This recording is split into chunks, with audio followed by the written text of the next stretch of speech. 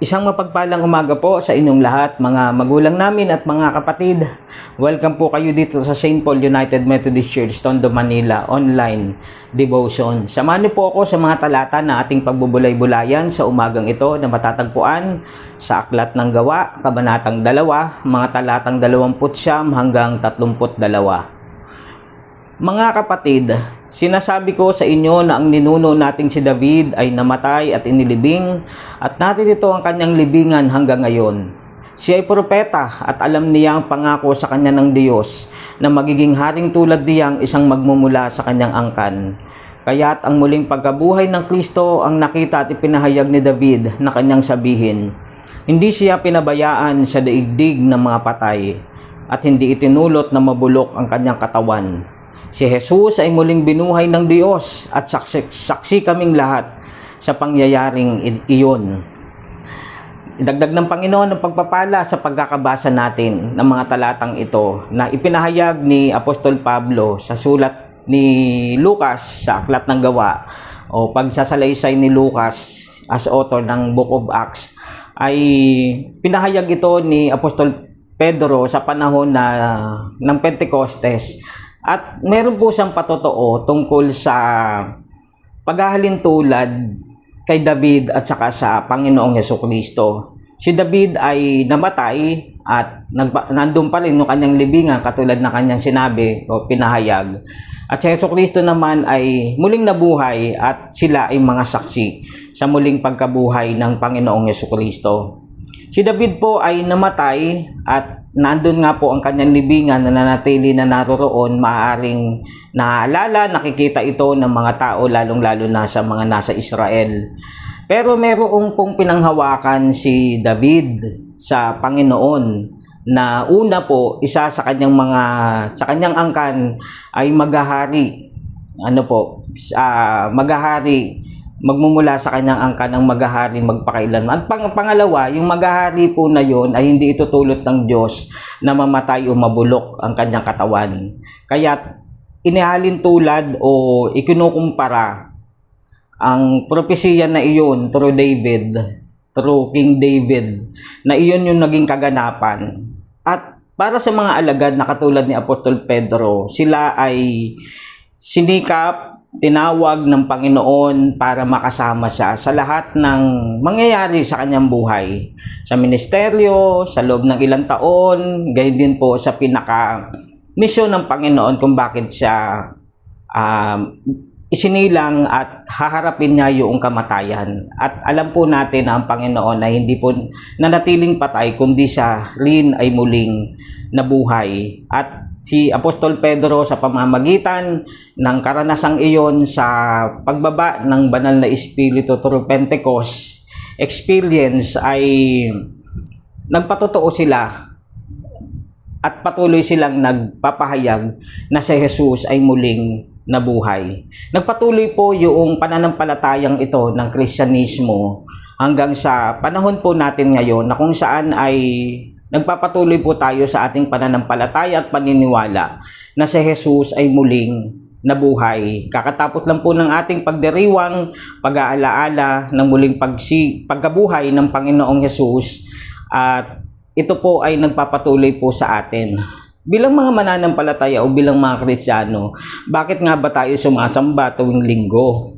Hindi lang po dahil ito ay nakamulatan, tradisyon o itinuro po sa atin, kundi tuwing linggo na tayo po ay sama-sama na pumupunta sa simbahan ay pagdiriwang, pagpapasalamat, higit lalo pag-aalaala ng ating Diyos na pinaglilingkuran, sinasamba ay Diyos na buhay, hindi patay, hindi na nanatiling naghihirap at nagdurusa sa krus.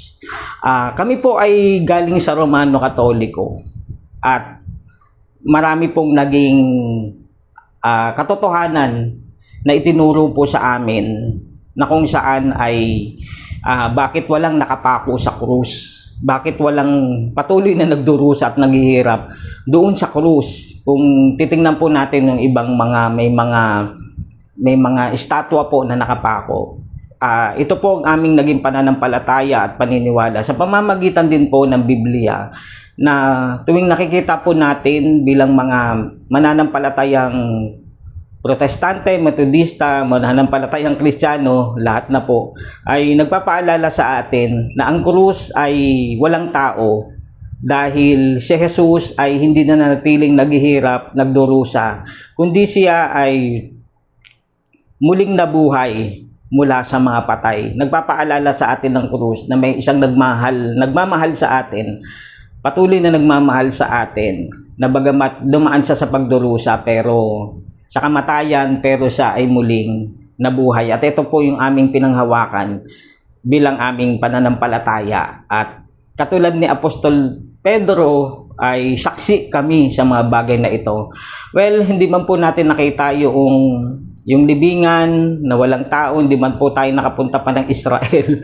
Pero sa pamamagitan po ng Biblia, sa pamamagitan ng banal na Espiritu, ito yung nagko-convict po sa atin na maniwala at manampalataya ng ating Diyos ay buhay sa pamamagitan ng Panginoong Hesukristo. At magpatuloy po tayo sa ating pananampalataya. That every Sunday we come to church ay maalala po natin na ito ay pagdiriwang pagpapasalamat na si Jesus ay buhay, muling nabuhay para sa atin. At ito ang ating pananampalataya. Panghawakan po natin ito, ang katotohanan ng ito.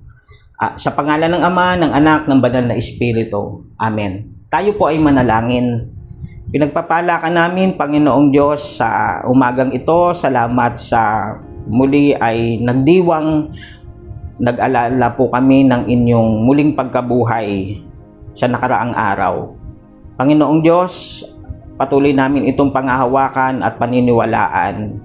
Kung kaya't kami ay sumasamba tuwing linggo, pagpapaalala, pagpapasalamat at pagdiriwang sa aming mga puso na kayo ay muling nabuhay at patuloy na nabubuhay para sa amin. Panginoon, salamat sa banal mong Espiritu sa patotoong ito na nagtuturo sa amin na maniwala at manampalataya, Panginoon. Sila na naabot ng tinig ng mensahe na ito. Patuloy kang magpakilala at magpahayag sa buhay nila. Patuloy kang magpatotoo, Panginoon, sa pamamagitan ng mga tao, mga ginagamit po ninyo na nabago ang buhay, naniwala at nanampalataya sa inyo. Salamat po sa krus na walang nakabayubay na dahil ikaw ay hindi na nanatiling nagdurusa at naghihirap, kundi tinapos mo na ang lahat, muli kang nabuhay para sa amin. At itong aming pananampalataya, Panginoon, bagamat haharap din kami sa pisikal na kamatayan, ngunit iniligtas mo na kami sa pamamagitan ng aming pananampalataya sa inyong anak na si Jesus. Dalangin po namin ang araw na ito, samahan, gabayan po ninyo kami minsan pa sa pagharap sa mga hamon na mayroon kaming Diyos na buhay na laging naririyan, hindi kami iniiwan ni pinababayaan man. Binabalik namin sa inyong pinakamataas na papuri, pagsamba at pagpapasalamat sa makapangyarihang pangalan ng inyong anak na si Jesus. Ito po ang Amang Diyos, ang aming dalangin. Amen.